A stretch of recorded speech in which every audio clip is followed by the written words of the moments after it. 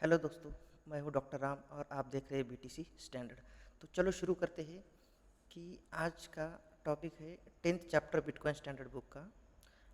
आप आज तक हमने पूरे 10 चैप्टर इसमें कवर कर दिए और बहुत ज़बरदस्त बुक और बहुत ही ज़बरदस्त कंसेप्ट से ये पूरा भरा हुआ था।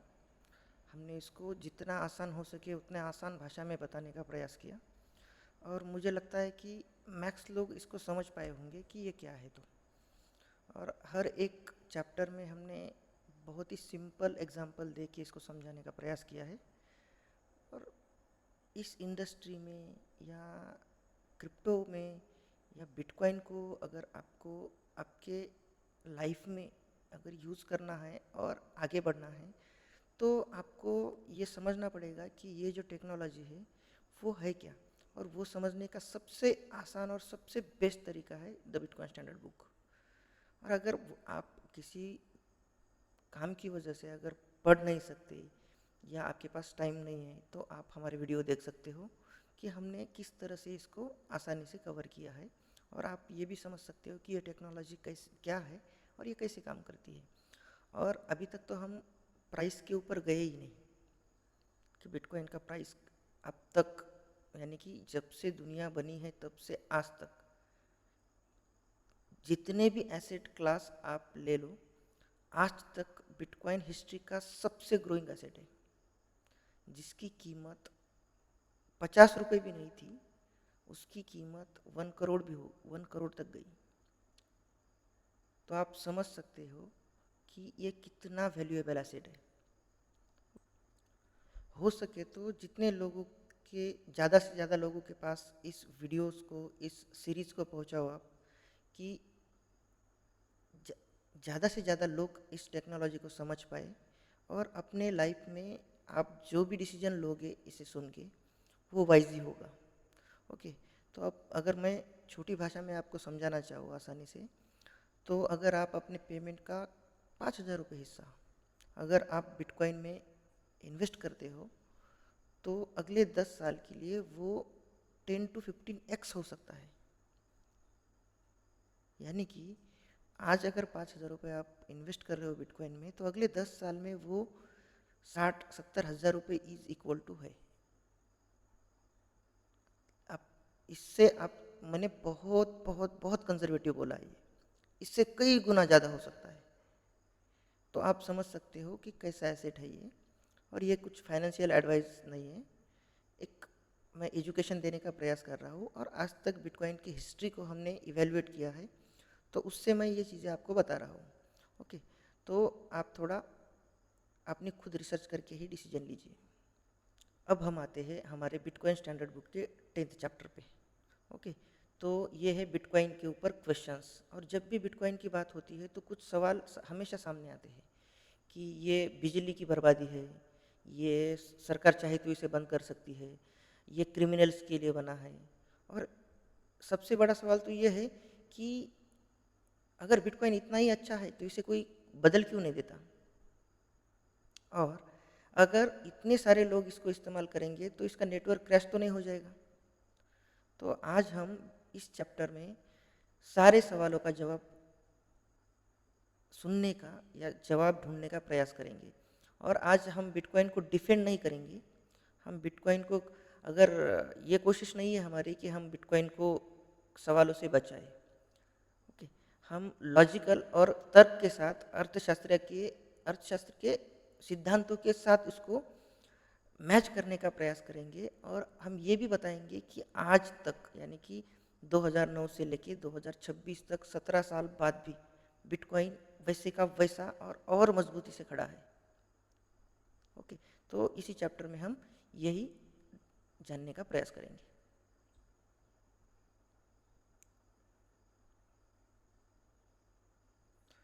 पहला सवाल बिटकॉइन के बारे में पूछा जाता है कि इसकी ये बिटकॉइन की माइनिंग वेस्ट है। और सबसे बड़ी आलोचना भी बिटकॉइन की यही होती है कि इतनी बिजली इस पे क्यों खर्च होती है। तो पहली नज़र में तो जब हम सोचते हैं तो तब तो ये सही लगता है कि यार हाँ, इतनी बिजली क्यों खर्च लगती है। लेकिन सैफुद्दीन कहता है कि हम सवाल ही गलत पूछ रहे हैं। हमने ये सवाल नहीं होना चाहिए कि बिटकॉइन कितनी बिजली खाता है। हमारा सवाल ये होना चाहिए कि बिटकॉइन हमें हमें इतनी बिजली में क्या देता है, राइट? ज़रा सोचिए कि अगर सोना हम ज़मीन से निकालते हैं, राइट, तो उसके लिए मजदूर लगते हैं, मशीनें लगती है, तो क्या हम कहते हैं कि ये ऊर्जा की बर्बादी है? नहीं। या समझो इंडिया में इतना सारा पेट्रोल डीजल ये कंजम्पशन होता है, राइट, तो इससे तो पोल्यूशन भी होता है, लेकिन हम ये सवाल नहीं करते कि इससे पोल्यूशन हो रहा है तो इसको बंद कर देते हैं या वेस्ट है। हम ये देखते हैं कि इससे फ़ायदा क्या है, इससे हमें मिला क्या है। ओके, हर चीज़ के प्रोज एंड कॉन्स होते हैं, लेकिन ह्यूमन ने हमेशा ये देखा है कि किसी भी चीज़ से उसे कितना फ़ायदा हुआ है, राइट।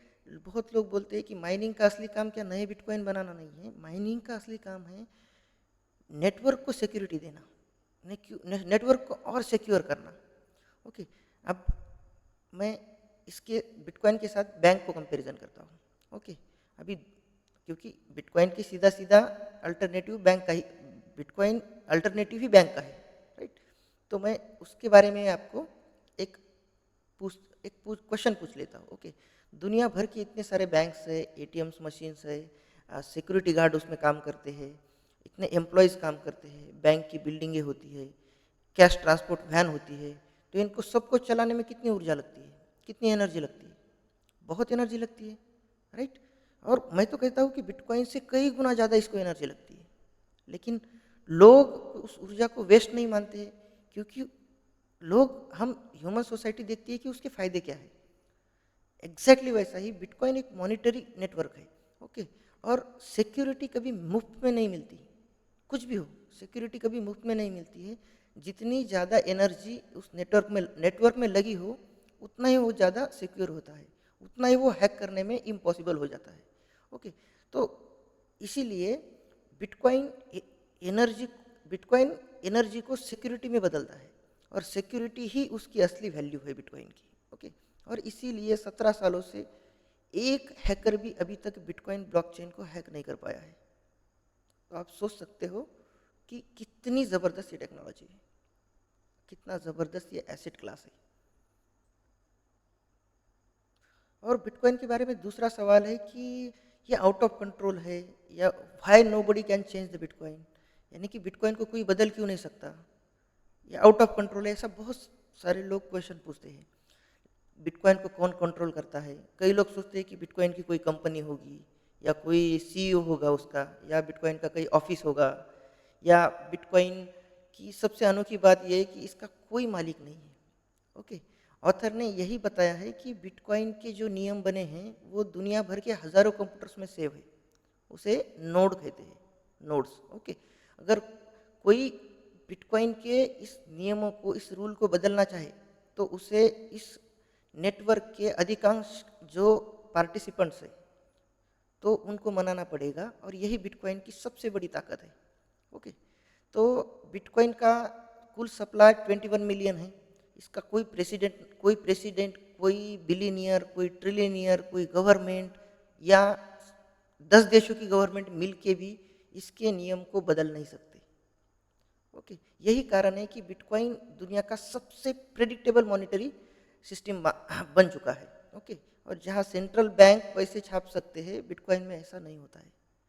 बिटकॉइन प्रोटोकॉल के हिसाब से ही काम करता है। और तीसरा सवाल है कि बिटकॉइन एंटी फ्रेगैलिटी है। ओके, यानी कि एंटी फ्रेगैलिटी क्या होती है कि समझो, ये वर्ड ऑथर ने क्या बोलते हैं उसको, निकोलस तलेब के किताब से ये लिया है वर्ड। तो उन्होंने इसका जिक्र किया है इस चैप्टर में कि मैंने ये वर्ड कहाँ से लिया है। फ्रेगाइल यानी कि ऐसी चीज़ें जो दबाव में टूट जाती है, और रोबोस्ट यानी कि ऐसी चीज़ें जो दबाव सह लेती है। लेकिन एंटी फ्रेगैलिटी क्या है?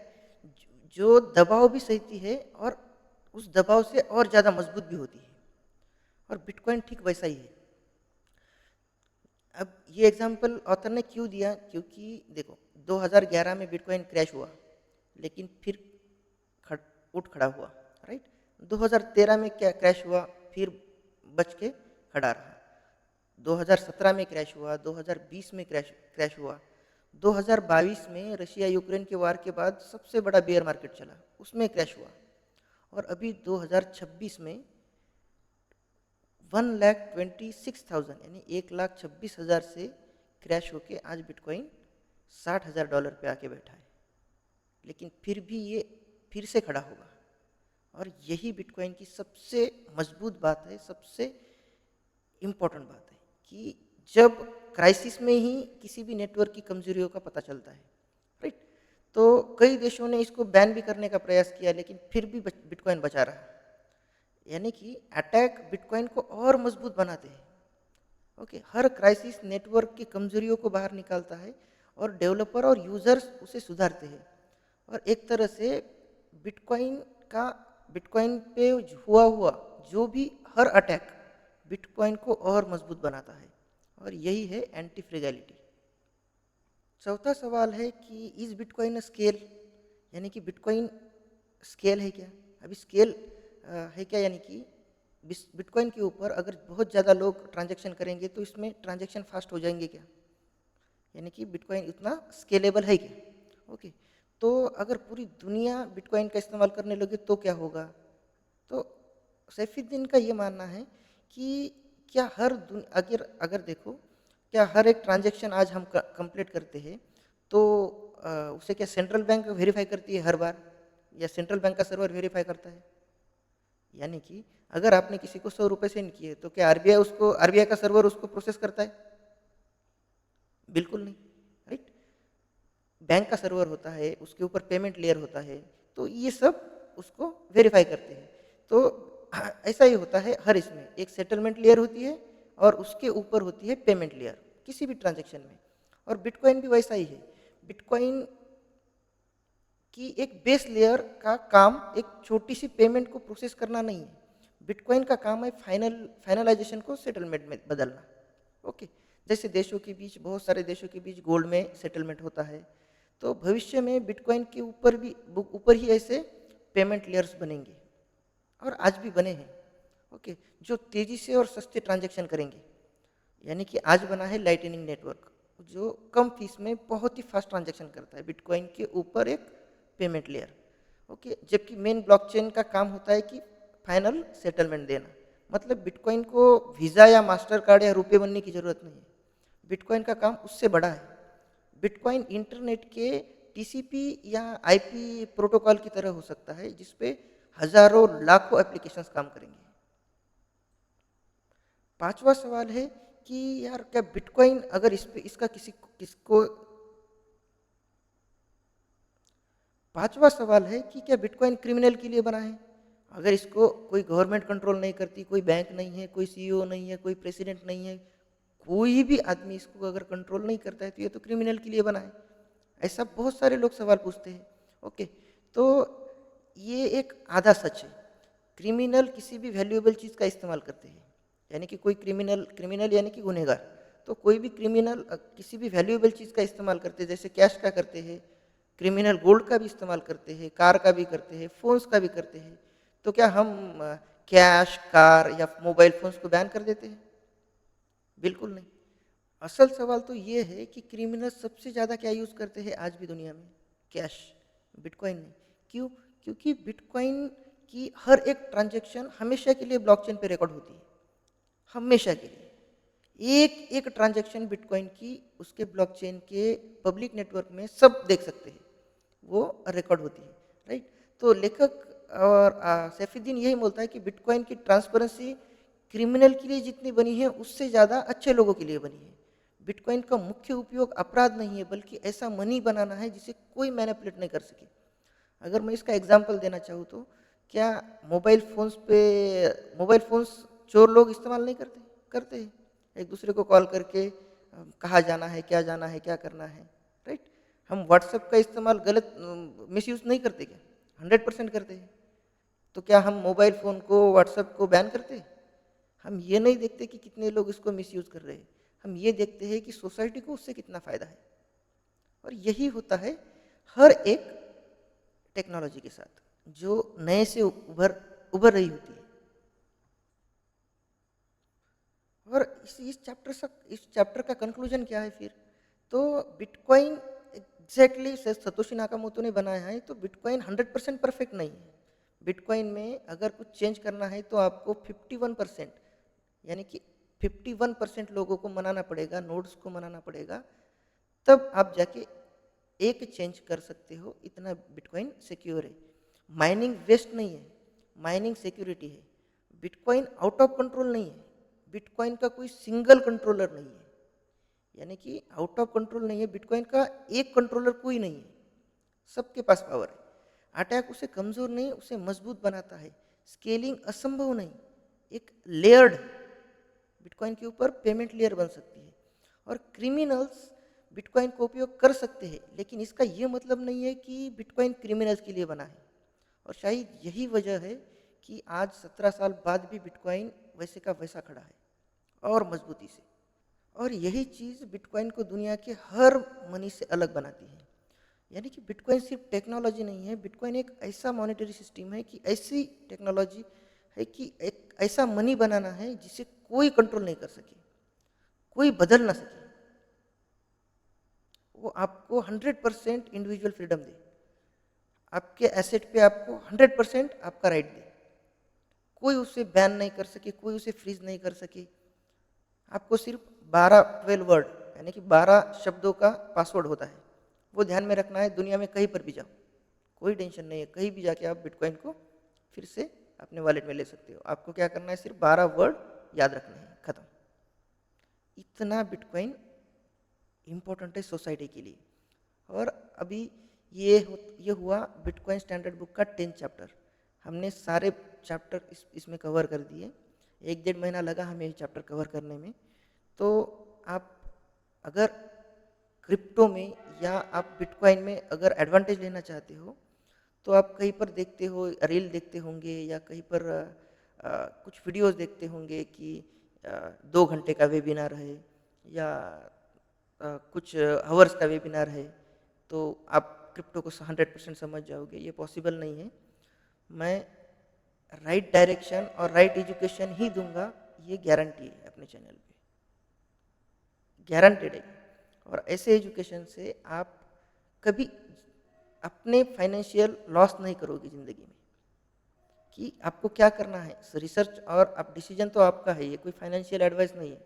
लेकिन आप अगर ये जान पाओगे, अब ये हमारे वीडियो सुनोगे, तो आपको लगेगा कि यार हाँ, यूट्यूबर में भी ऐसे बहुत कम लोग हैं जो सही से नॉलेज देते हैं।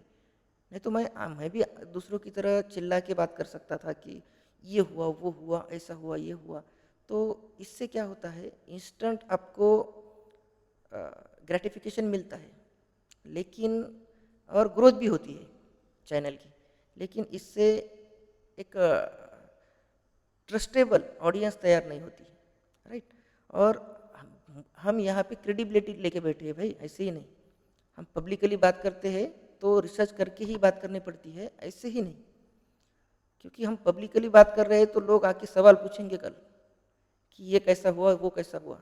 तो उसको बिना समझे यहाँ पे बैठ के बात करना इतना इजी नहीं है। ओके, तो चलो मैं फिर से आपको रिक्वेस्ट करता हूँ कि आप ज़्यादा से ज़्यादा इस पूरे पॉडकास्ट को, इस सीरीज़ को, पूरे 10 चैप्टर के ज़्यादा से ज़्यादा लोगों के पास पहुँचाइए। और उसके अभी इसके बाद हम एक बिटकॉइन वाइट पेपर यानी कि बिटकॉइन के रिसर्च पेपर पे एक सीरीज़ बनाएंगे। एक 4-5 वीडियो की होगी, शॉर्ट बनाएंगे। और उसके बाद फिर हम प्राइस एक्शन यानी कि बिटकॉइन की प्राइस क्या है, बिटकॉइन को बाय कैसे करना होता है, कहाँ कहाँ से बाय करना होता है, क्या उसके लिए क्या लगता है, तो ये सब हम एक करके इस पे वीडियो बनाएंगे। ओके, तो और एक आपसे एक बात कहनी है कि बिना समझे बिना सोचे किसी भी इन्फ्लुएंसर से कोई भी आपको इस टोकन के बारे में, उस टोकन के बारे में बताएगा, तो बिल्कुल ऐसे प्रोजेक्ट में इन्वेस्ट मत कीजिए, ऐसे प्रोजेक्ट को देखिए भी मत। क्योंकि ये सब मैक्सीज यानी कि जो मैक्सिमलिस्ट लोग होते हैं, बड़े लोग होते हैं, उनके गेम होते हैं। वो रिटेल लोगों को इन्वेस्ट कराते हैं, प्राइस अप जाती है और फिर वो अपनी मनी निकालते हैं और प्राइस डाउन जाती है, फिर वो कॉइन कभी उठता ही नहीं, राइट। तो इसीलिए आप हमारे चैनल के रेगुलर वीडियोस देखते रहिए। आपको कंप्लीटली एक ऐसा नॉलेज मिलेगा कि आप अपने डिसीजन खुद ले सको। ओके, तो चलो इस वीडियो में इसमें इतना ही, मिलते हैं नेक्स्ट वीडियो में, तब तक के लिए